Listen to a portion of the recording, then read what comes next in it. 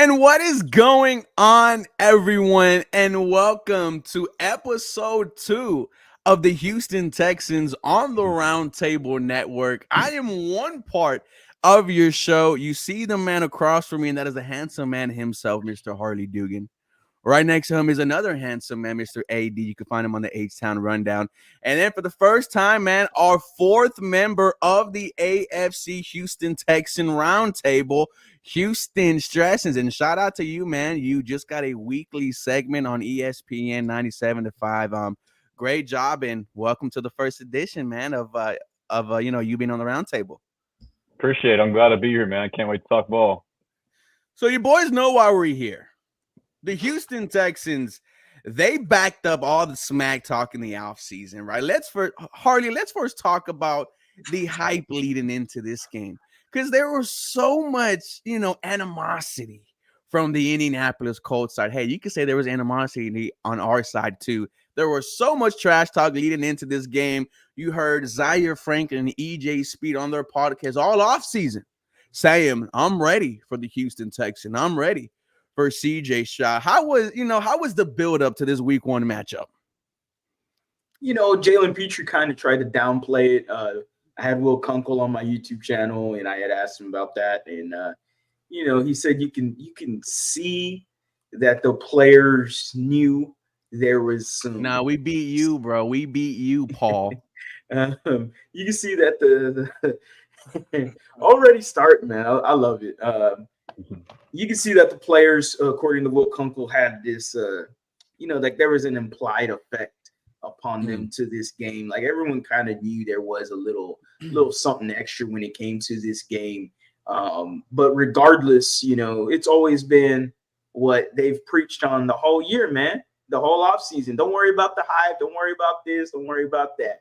And the Houston Texans with CJ Stroud way back in Radio Row, Zaire Franklin in the trenches, EJ Speed, $1 million worth of game podcast. I mean, if you're going to do something, do something. And I think that statement still stands, by the way.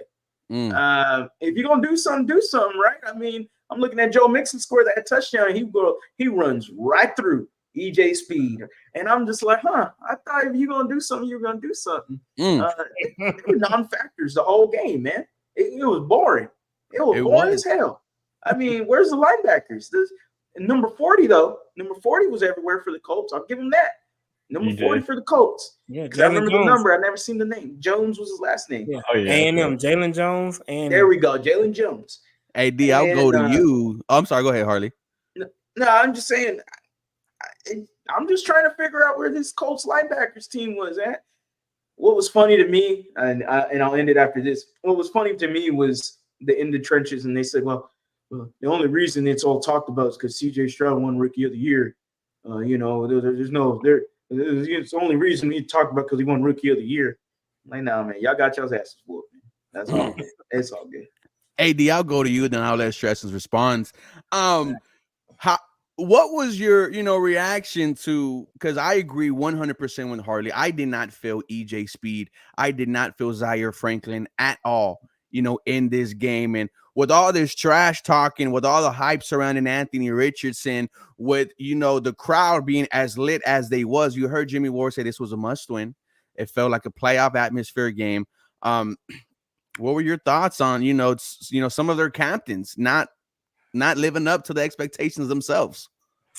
A great, rest in peace, a great philosopher, rapper, named Bankroll Fresh, had the great, song "Walk in Your Trap" and take over your trap. This is exactly what the Houston Texans did.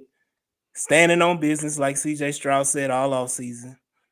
Coming in and handling business. EJ Speed and Zaire Franklin were MIA. Only time we see him is on highlights of Kenyon Green chucking them 7 yards down the field. You celebrating on a play that you didn't make when Buckner made the sack, like you did something. But the Texans make their presence known. And it's simple as that. There's no extra conversation. We came in standing on business. We walked out standing on business. So it's they gotta sit back and hide. I mean, Joe Budden was on their podcast. Was it today? Yesterday? Said y'all let the whole city down. Y'all let the whole city down. Y'all did all that talking the whole off season and walked in and didn't do nothing. Stressings, I'll go to you. How was it like seeing all this, man? I'm big blessed, man. I'm happy as hell. So I mean, the main person in all this, shit talk leading up to the game is Zaire Franklin. It started with him on his podcast, and then CJ responds. And I will say, this shit talk back and forth.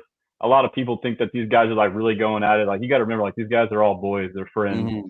I think EJ Speed and CJ Stroud have the same agent. So I mean, it's all fun, but it's fun for us fans. But to that point, Zaire Franklin, the main culprit, he had one of the worst grades of all the Colts on the PFF.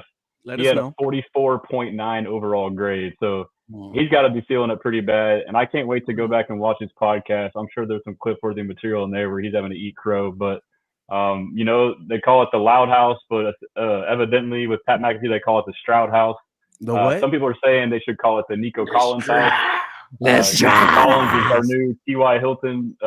What he was to us, that's Nico Collins to them now. So we're returning the favor there. And then, honestly, I thought we absolutely dominated this game. The box score doesn't indicate what the actual score should have been. We should have won by 10 to 14 points. And I'm saying that honestly, like I'm not really a big shit talker. Like if a fan talks crap to me, I'll talk crap back. But we play with our food. This is like a quintessential game like last year. We didn't put opponents away. And if I'm a Colts fan with Anthony Richardson, I'm kind of second guessing. Like, they understand he's a project, but how long of a project is he going to be? I mean, he was 9 of 20 19. Or whatever it was. 9 and 19. The 2 throws he completed, obviously it was a great throw, but I mean, you could argue it's somewhat of a prayer. Like, yeah, it was nice and completed, but the guy was right there. If I'm a Colts fan, I'm worried about that. That's not a consistent offense, a boomer bust offense. Time of possession, we had 40 minutes to their 20. So, I mean, that right there tells you the whole story. Harley, I'll let you respond. I do agree with Strashens. I think that if you are an Indianapolis Colts fan, you are, you were kind of disappointed, however, excited by what you saw from Anthony Richardson. I definitely think he has that wow factor, that home run factor, but that doesn't win you football games. I do not think Anthony Richardson could hit that 3rd and 11 throw that CJ Stroud did to Nico Collins. Your overall opinion on AR5, did he live up to the hype? And, just react to Strashens, and AD, I'll let you go right after. Yeah, I mean, he had the deep throws, right? And I think Colts fans, and I think some of us even overreacted a little bit to the deep throws because he's always had an arm. Like he's always had a cannon. The problem is we forgot because we hadn't seen him for so long. and we hadn't seen him for so long. And then they went, oh, wow. Yeah, exactly. He did John Cena on him. Like, he pulled the Houdini. He hadn't seen him in so long. And you kind of forgot, oh, wait, and AR got a cannon. All right. He got a gun on that arm if you give him enough time, and he had some opportunities to throw it deep. And hey, kudos to him. He had some pretty good throws. All right. Alec Pierce twice, some receiver I don't even know the name to. I think it was Dublin or whatever. Like, okay, cool. 54-yard touchdown, 60-yard touchdown. The block punt is something else that is just forgotten in all this mess. Again, another short field, just something that reminded me of week 2 last year. Short field, boom, easy touchdown, JT. AR5 was, sure, the deep ball, awesome. But teams are going to see this, man. We're going to get better every single week. And so should the Colts. But the biggest problem with that is other teams are going to see that AR, he can only throw the deep ball. He's very inaccurate when it comes to medium and short throws. Oh, okay, a la Case Keenum way back when in his first go-around here in Houston. He had deep throws to Andre Johnson. And it was magical. It was fun as a fan. And all of a sudden, I believe it was the Chiefs game, and they just shut down the deep pass. They made him a medium short throw guy, and it wouldn't happen. It just wasn't happening. The accuracy isn't there for AR. Could it happen during the season? That's tough to say, man. I don't think so. But at the end of the day, the Colts, look, this is the guy for them, and they're gonna have to ride with it. Yeah, let me say this. I saw the comment about AR having a 1-on-1 QB rating. That's because he had 56 yards rushing. Let's get that understood. You're not getting 101 freaking QBR with 9 completions. And like that's out of 19. That's not with 47 completion percentage. That's not happening. The Colts need to take out any out routes, any route that involves sideline throws. Just throw it over the middle of the field, base your offense like that, because he didn't do it at Florida. He's not going to do it in the NFL. I said it pre-draft. Anthony Richardson can run fast, he can jump high, and he can throw far. But he is not a quarterback that you want to lead your franchise. And he showed it in that game. Yes, he made a play. The Colts had 27 points on 4 plays. 4 plays. You had the 56-yard touchdown, the 60-yard pass, and you had another 65-yard touchdown. Like that was the whole, and the block punt that Harley just mentioned.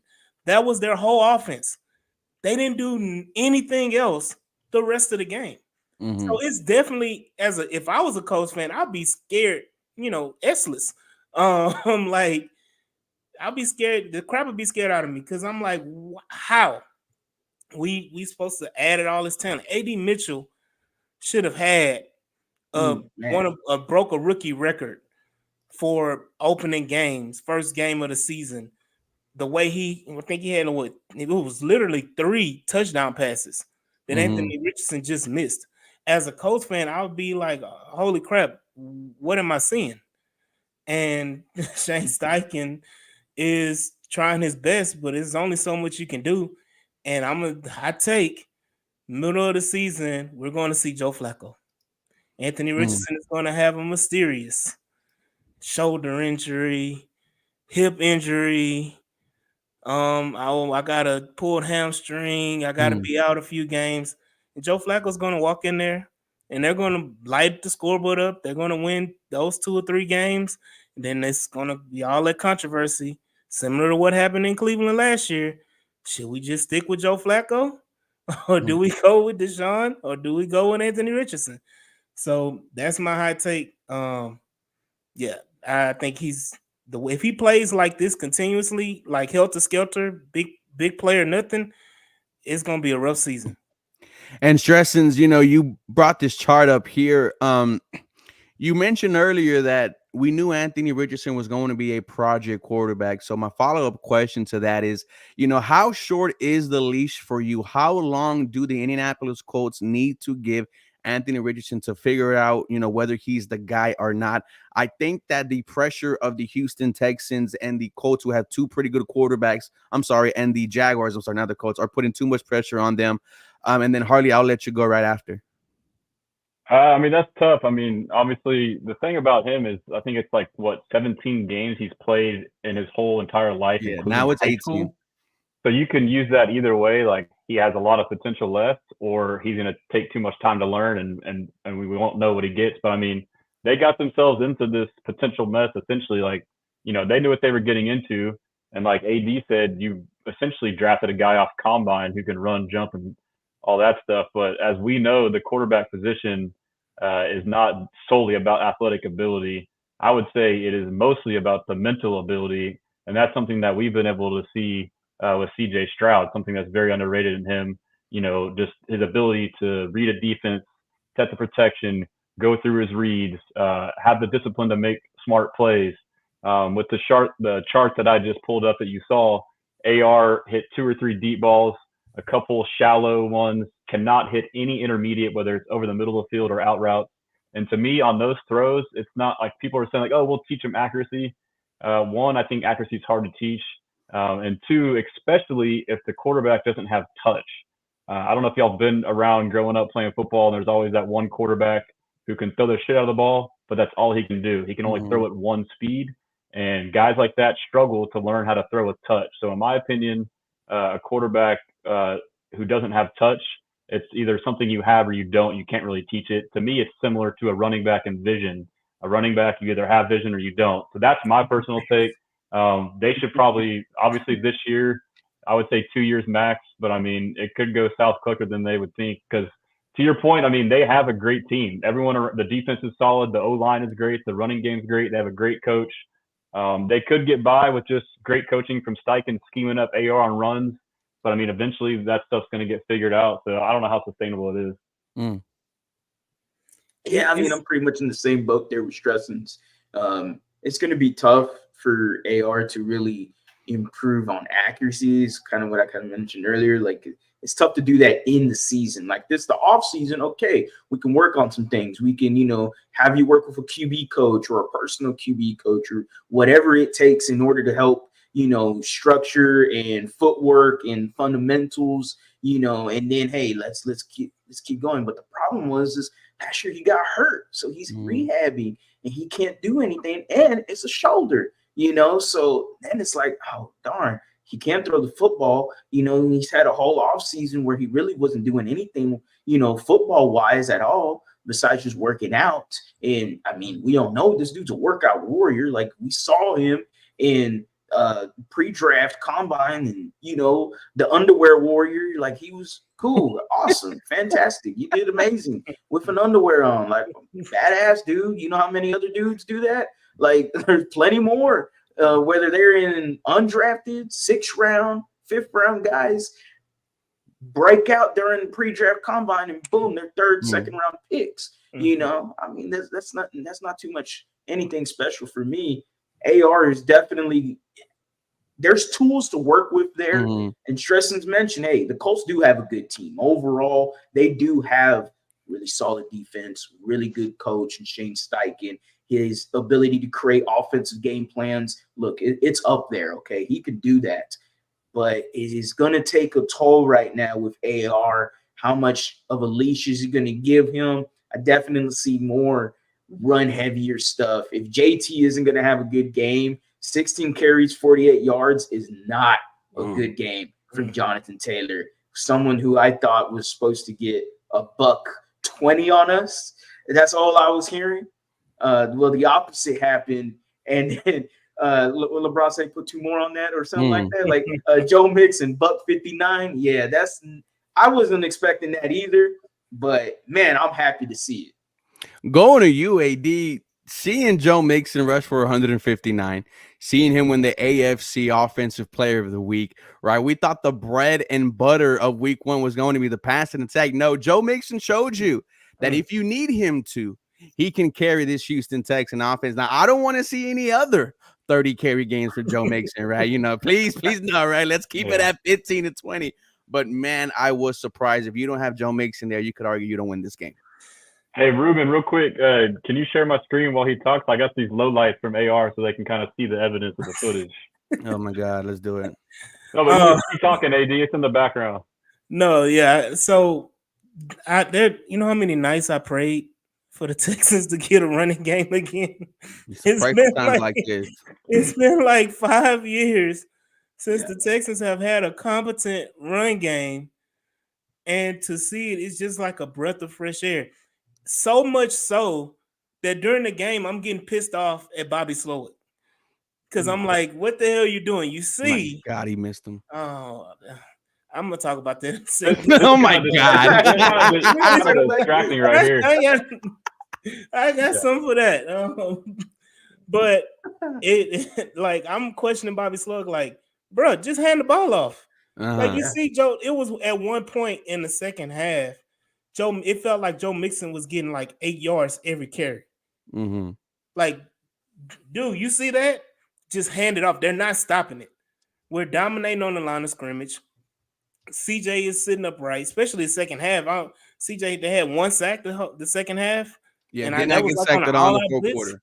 Yeah, that was like an all-out blitz. So, come on. Like, at the end of the day, the offensive line played their behinds off, and they definitely deserve the credit. Joe Mixon gave him the credit, but it's just a breath of fresh air to see a back that can do multiple things and change direction and be elusive in the hole, get skinny in the hole. I haven't seen a Texan running back get skinny in the hole and pause. All right, Shannon. But like I haven't seen that type of play from a running back in Houston. I didn't even see it with Carlos Hyde. Ooh. Like you talking about Lamar Miller since then. That's been what 2017, 2018 since we had Lamar Miller. So like this is just a breath of fresh air. Joe Mixon is the MVP of the game. He was AFC Offensive Player of the game. He deserves it. Like you said, Ruben, not healthy to give him 30 carries a game. But if that means DP only gets 3 or 4 carries a game, hey, I respect DP and his 5 yards a carry. Hey, DP, man, look. I don't know what happened in the preseason, but the offense. I don't know if it was because we were playing reserve offensive linemen, in the preseason. But damn, if that's the case for DP to get his mind right, this was a get back. You know, in the head. Still a small sample size too, though. I mean, and one of them was a gap run. One was a zone run. I mean, here's the Mixon runs while you talk. I'll take what I can get. So I mean, like it's just open holes, man. Just doing what you're supposed to do, run through the open holes, and just making plays. And this happened all game long. Like I don't know what got into the Texans, man, because I swear like I said, it had to be the offensive line. Had to be the offensive line. And then Joe Mixon with the violence at the end of each run, punishing the safeties, punishing the linebackers, lowering his shoulder. Man football, right? That's what he said. Yep. And I got a little nervous because he took a hit, and I was like, when he slipped? Yeah. I was like, hold on, not so fast, my friend. So yeah, man, like delivering blows like that, you know, making the safeties pay. You can tell the safeties got timid towards the end of the game. They was like, I don't want to. Why Zaire? Why EJ? Why do you keep letting him get to me? I don't want this. I don't want this in my life. So yeah, Joe Mixon, the offensive line, just the running game period for the Houston Texans was amazing. And Anthony Richardson freaking sucks. Like Anthony Richardson, it should be a case study of that draft class. You got CJ Stroud, who people had their concerns and all of that, but he had it in the mental, and he had it mentally. Then you have another guy in AR who has everything physical specimen on paper. He has everything you could possibly want: height, weight, speed, power, strong arm, cannon for an arm. You know, injuries. Yeah, everything. Elusive. He can run all of that. So, and he can rap. Hey, but it's no better than that. Certified plastic. But it was also experience versus non-experience. CJ Stroud experience at Ohio State playing elite football against Georgia in the playoffs, or AR. Who did he play? I mean, not a doggone soul. CJ was pro ready from the minute he walked into the NFL. He was ready. Exactly, and what's the project? Yeah, right. And the third case study on it should be Bryce Young, who had the mental, didn't have so much as the physical, but was a talented player. But now he's in a place where, you know, the situation almost has ruined him.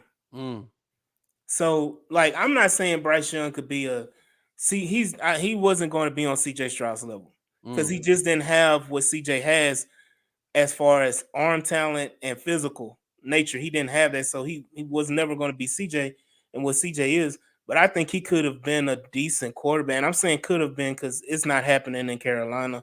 They may get a quarterback. They may get Quentin Ewers or Shadur Sanders or something like that with the number 1 overall pick. Because if they play any way that they played on Sunday, they're going to be picking number 1 overall. Harley, I've been thinking about asking you this all day. So there was a hot take from someone on Sports Radio 610. Now we say the names, Clint Sterner, right? We don't hide here. Joe Mixon, arguably the best running back he's ever seen in a Houston Texans uniform off of his week 1 performance. Now, granted, the performance in week 1 was fantastic. Your thoughts to that comment and kind of the disrespect to arguably one of the greatest running backs we've ever had. So the actual thing is the most talented running back he's ever seen in a Texans uniform. But Arian is the best running back you've ever seen in a Texans uniform. Okay. To me, man, it's just it's quite as simple as I mean, I had my tweet out there, and I know who everybody knew who I was talking about. Tyler Milner, little producer there for 610 at 3 o'clock, told me to at Clint Sterner. Like, all right, dude, I ain't got no problem at nobody. I mean, I'm not here to hide at all. I already know, everybody knows who I'm talking about. Come on, man. It's wasting my time, but whatever. Dude wants to unfollow me, go ahead, man. I don't care. But, Milner or Clint? Tyler Milner. You want to unfollow me, you unfollow me. I don't care, man. I don't give a damn. Oh, well, like, it is what it is. I don't give a damn about no damn follower on Twitter. It is what it is. I love them. Hey, appreciate every single one of them. But, hey, man, you unfollow. Easy as that. We'll keep it pushing. But, Clint had that most talented running back take. I just think that's crazy, man. It's absolutely asinine. You're telling me with a straight face after – and he said this before the game was even played, by the way. He had said this a few weeks ago where he had mentioned, yes, he said it a few weeks ago, that Joe Mixon was the most talented running back he's ever seen in a Texans uniform. But it didn't get no traction. Then the game happened, and he repeated himself again about this, and it got more traction.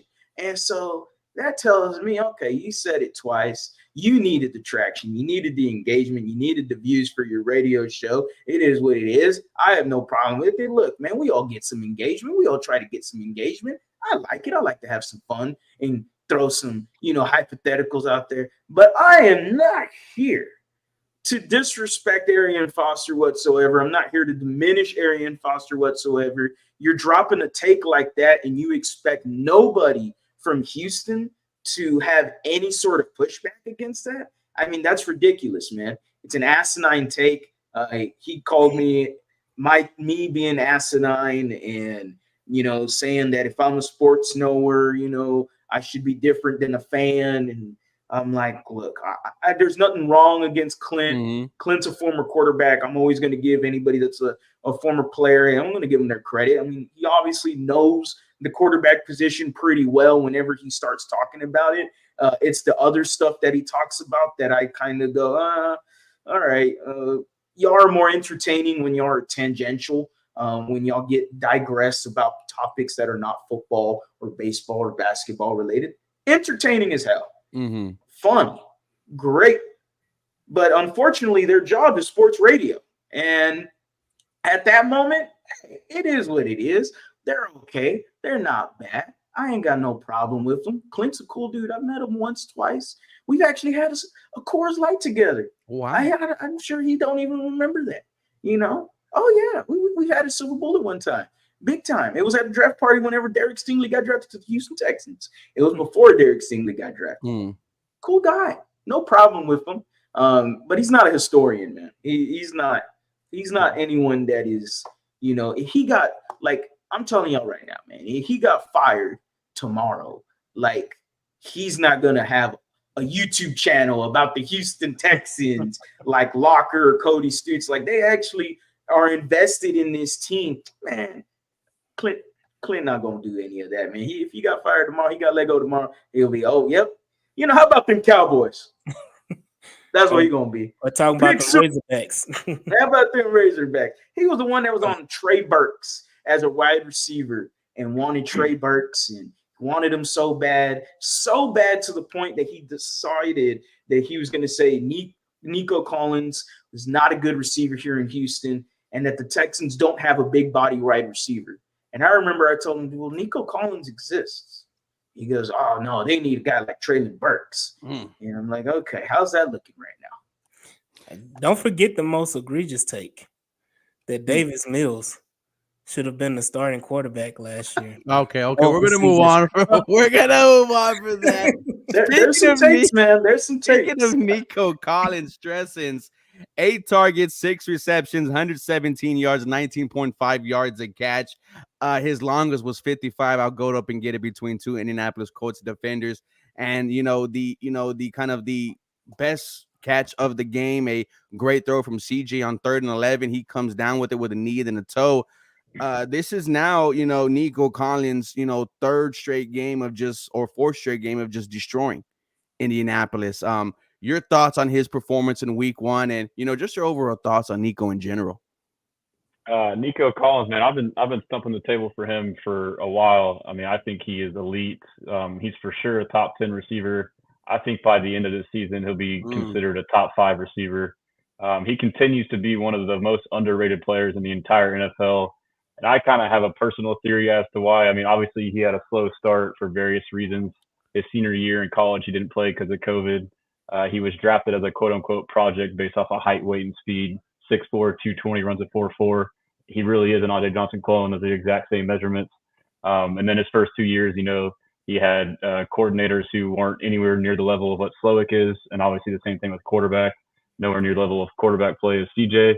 But I think that because he's like a more reserved guy, kind of how Andre Johnson was, normally these big receivers are kind of more outspoken and boisterous, and I feel like they get more attention. I feel like the fact that he's quiet, it kind of hurts him in the public eye, which is fine. If they want to sleep on him. But we saw in this game, I mean, like Tank Dell said in the week, I mean, the way he kills the Colts, he's like, man, I think he got something against them. He must not like them, the way he goes off against them.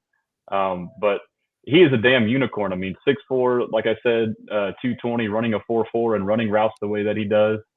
We all know how fast he is and how good his routes are. But to your point, you mentioned the deep ball. One very underrated aspect of his game is his ball skills. That ball was underthrown into double coverage. He recognized it early, went up and high pointed it and caught it in his chest and held on to it. And then, as you mentioned, the biggest play of the game, the 3rd down to close it. For one, the throw was incredible. I mean, there's no way in hell that throw should be completed.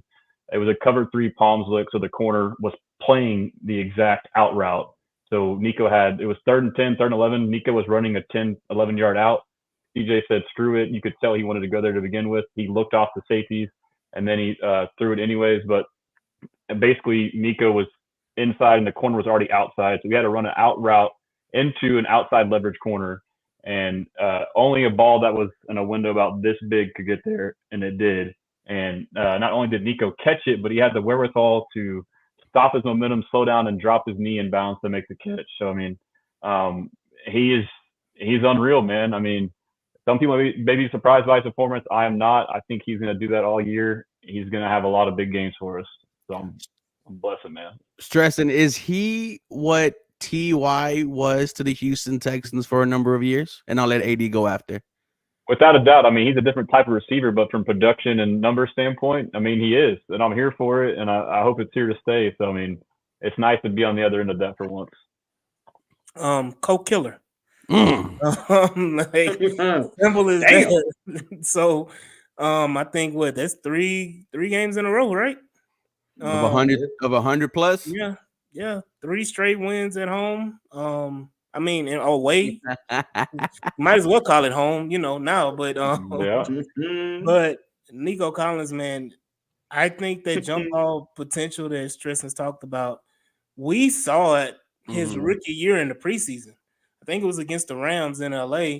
He did on the sideline. Yeah, on the sideline. I think he caught the game-winning touchdown jump ball, and we were like, "Damn, we got one."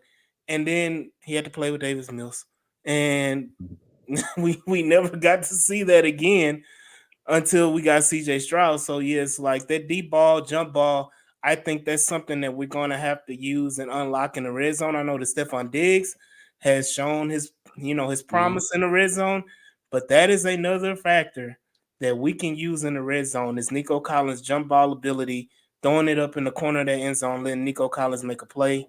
I'm waiting on them to pull the trigger on that. I think we saw it a little bit in training camp. We tried it once in the preseason and didn't work against the Giants. Yeah, he pushed him out of bounds, I believe. Yeah. So we gotta implement that a little bit more. But I think Nico Collins is, wonderful. The whole offseason, it was about Nico Collins. Is he a number one?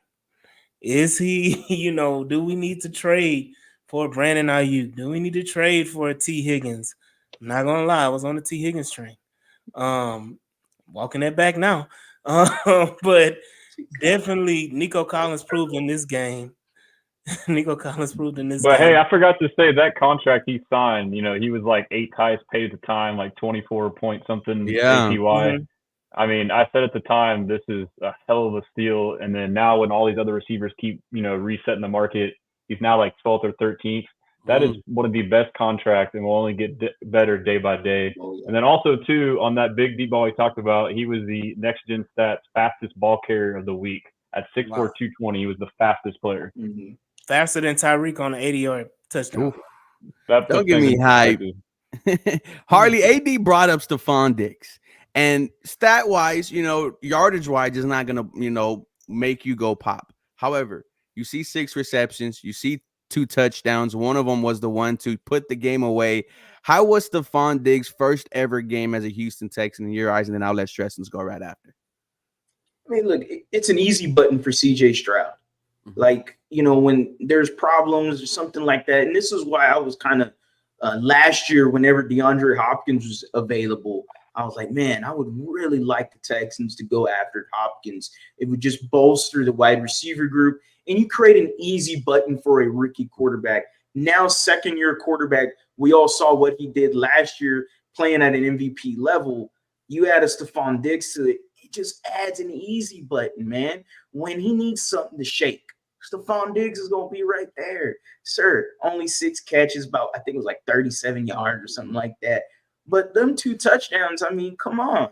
That's just clutch. That's just a good player being a good player. The second one was just absolutely dirty. It reminded me of him doing that to Chris Boyd in training camp. That's what it looked like right there. I was like, oh, I've seen this before. This ain't pretty. But, I mean, the first one, man, I love a slant play. I love a good slant play. Call me Michael Thomas because I love a good slant play. My goodness, it was just a beautiful little bunch where they make traffic. And Stefan Diggs, you're going to be the guy that gets through the traffic. But Tank Dell, and I forgot who the other one was. Might have been Nico Collins. Nico, yeah, it was Nico. Yeah, they both go to the right side. Stefan Diggs just goes right underneath. Boom. Easy. Just the easiest play in football. It's just copycatted all across the league. I absolutely love to see it. 2 touchdowns. I had Colts fans in my comment section on TikTok just saying, oh, Stefan Diggs didn't do nothing. You said Stefan Diggs got – he had 2 touchdowns. Well, he only had 6 catches. He had 2 touchdowns. Only 6 catches. I mean, James Conner goes out there and runs for 13 carries, 20 yards, and then has like 3 touchdowns. Well, guess what? My fantasy team's happy. So, I mean, that's all that really matters, right? The touchdowns is what makes you eat at the end of the day. So, yeah, I was pretty ecstatic about what I saw from Diggs. Stressons, what about Diggs? Yeah, real quick. Someone in the chat, I think it was BG, was asking about the CJ Stroud locker verse hat. Yeah, I got a couple of them. I did a giveaway previously. I'll probably give away one more in the near future, but I think it's on. If you look up locker verse CJ Stroud hat, that's where it's at. But yeah, on Stefan Diggs, I guess before that, I mean, we should point out that the big thing going into this season is there's only one ball. How are you going to keep all 3 receivers happy? We had 6 targets for Diggs, I believe, 7 for Tank, and 8 for Nico. I mean, you couldn't ask for a better distribution right there. So it's off to a great start. But yeah, Stefan Diggs did exactly what we got him to do for us. In the offseason, you heard about us wanting to acquire a playmaker that's a separator to move the chains on third down. That's exactly what Diggs is. When we're in 11 personnel or 3 wide receiver sets, he's that slot receiver. So he's working against backs and safeties. Specifically on that touchdown, he's going against the safety, the one where it was the speed rollout where he just ran an out route. It may look like a simple thing, but on that out route, he did a great job of stemming straight at the defender and then flattening back towards the pylon. But yeah, and he's a leader.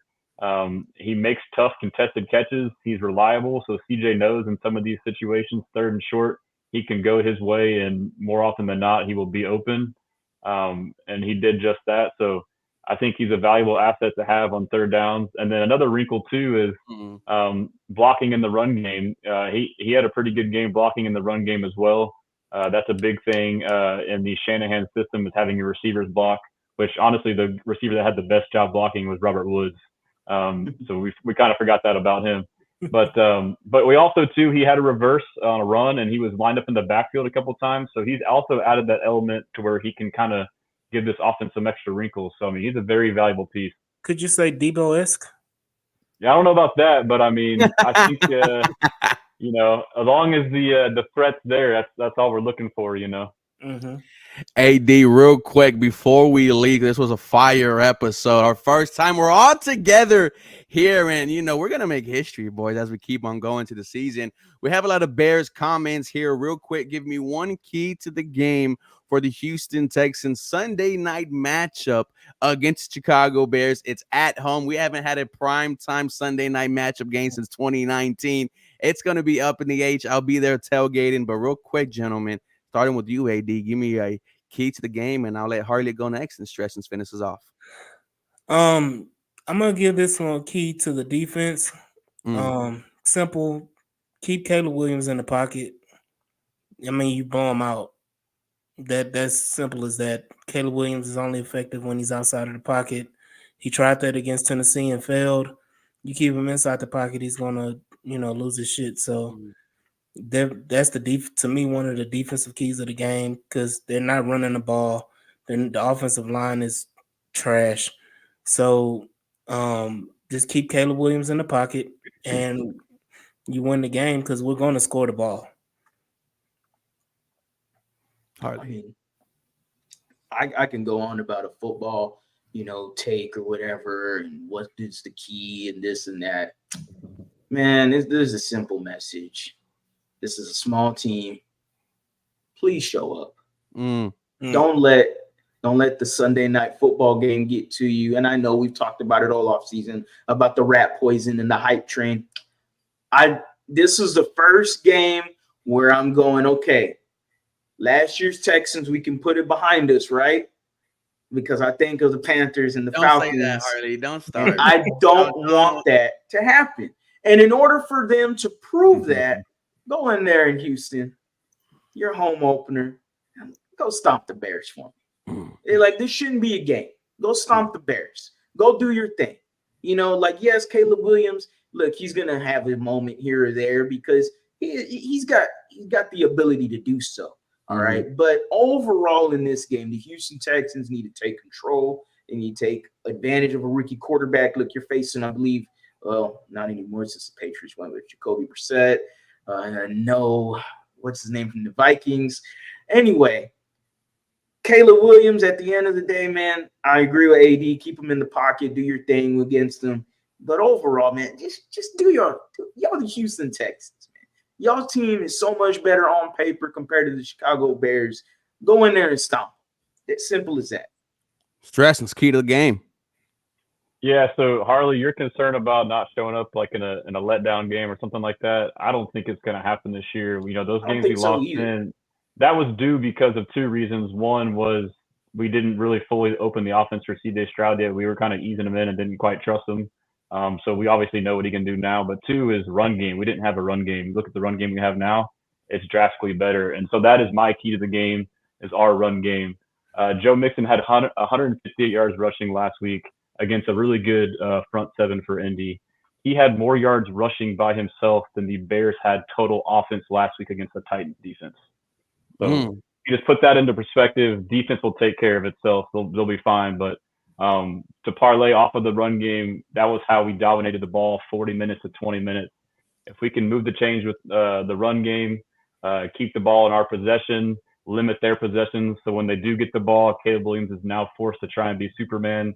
It could get ugly quick. I see several turnovers happening for Caleb Williams and NRG. I will say this, that Browns game, the playoff game, I've been to probably 80% of the home games since we started.